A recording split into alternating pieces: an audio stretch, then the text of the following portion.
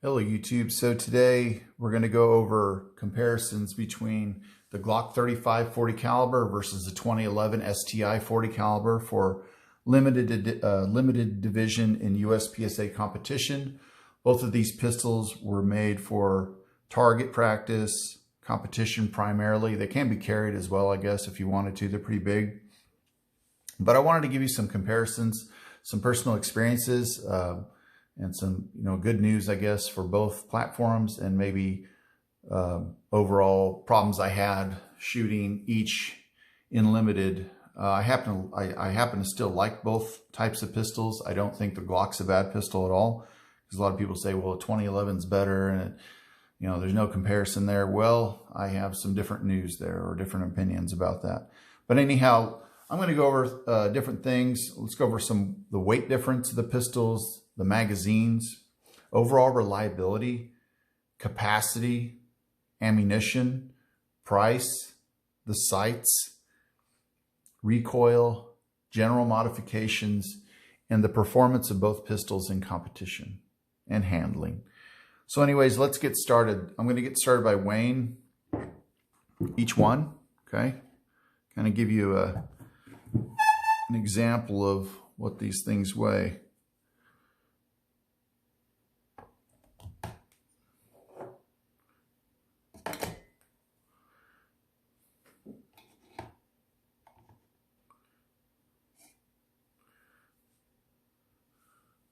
So this one's coming in right at 42 ounces with a magazine.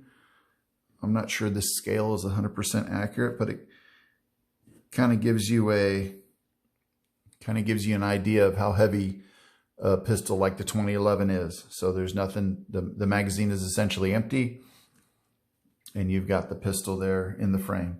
So that's a pretty heavy pistol. Over 3 pounds, almost 3.5, give or take. And now we'll weigh the Glock 35. And this one comes in at 35 ounces on this scale. So roughly 10 ounces less. There is some weight added to this Glock to make it heavier. And we'll kind of go over that in a while once we get into the nuts and bolts of the video. Set that aside. Get these pistols back in frame here.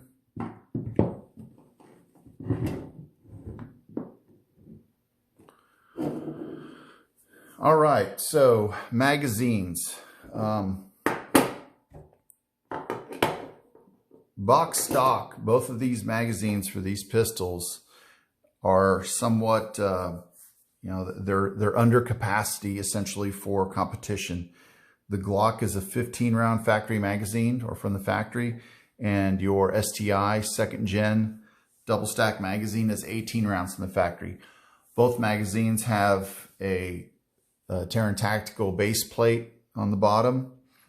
As far as with the Glock, this one's actually extended, so that holds some more rounds down in there. There's more room for the spring. Okay, so when I would shoot competition, the capacity of my magazine reliably was 19 rounds for the 40 caliber. I have a video I dedicated to explaining why I shot with 19 rounds, and I used an extra long spring, and I'm not talking a 140 millimeter spring, which is the legal length for limited. I used a 33 round mag spring with a couple coils clipped off, and I did that for reliability. So there was a good, very heavy spring pressure there. I did try 20 rounds in the Glock mag at one time, but there was so much pressure that any touch of the magazine release, or even not, sometimes when the gun would cycle, it would shoot the magazine out the bottom of the gun, essentially ruining your stage and ruining your day in competition. So I found that 19 was the limit for me to fit 40 caliber in that magazine. And that's kind of what I went with and stayed with the duration of me shooting limited with the Glock 35.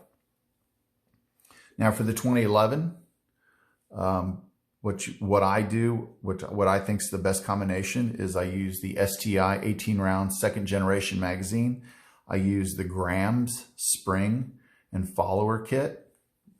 So your body, your mag body is going to be maybe 50, 60 bucks. And the spring and follower kit's about 20 from Grams or from your favorite 2011 dealer, essentially. And I use the Terran base plate. And I can reliably load. My general loadout for these is going to be 20 rounds. It's a reloadable 20 rounds. And what I mean by that is I can load these on the belt to 20 rounds each. And during a stage, I can put the magazine in the gun. The magazine will lock into the gun. There's no fear of the magazine pushing back out. I can, if required, I can load 21 rounds on a start. So 1 in the chamber and 21 in the mag. And that has been reliable so far.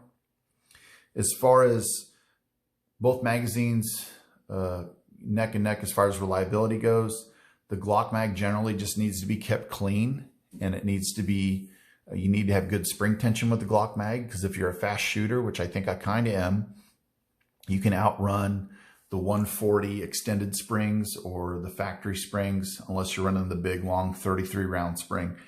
So with the Glock mag, cleanliness, spring pressure is very important in my experience to make it reliable. With your 2011 mags, the magazines need to be tuned, and that means that the feed lips need to be certain measurements. There needs to be some geometry work as far as how the rounds feed out of the magazine into the feed ramp or throat of the 2011 barrel. There's some really good Atlas Gunworks videos on tuning the 2011 mags, so I'll let you check those out if you so inclined, because they're really good, and that's what kind of taught me how to make everything work for the 2011 magazine. Once again, over time, you can stretch the springs out. I know it's kind of a big no-no, but I do stretch these springs every match or so. I do have a new set of springs for my set of mags to put in to replace, since they've been used a couple seasons. They're getting kind of low on tension. So with these, like I said, your mag lips need to be tuned. You need to make sure that the magazine runs correctly.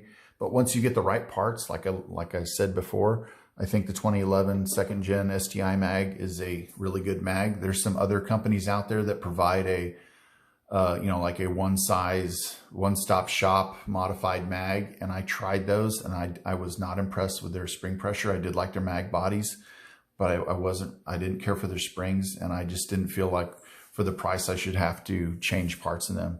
So this magazine here is going to run you probably 110, 120 bucks to put together. And this Glock magazine here, your brand new factory mag, a spring, and your base plate, that's probably going to run you maybe $50, $60 per mag. So price is there, 60 bucks versus say 120 bucks. So there's definitely, one is definitely going to be more expensive for you to use in each platform. So I think I said probably enough about the magazines. Reliable 19, in my opinion, reliable 20. That being said, at the end of the day, now they're starting to come out with metal Glock magazines, one of these companies that makes competition magazines.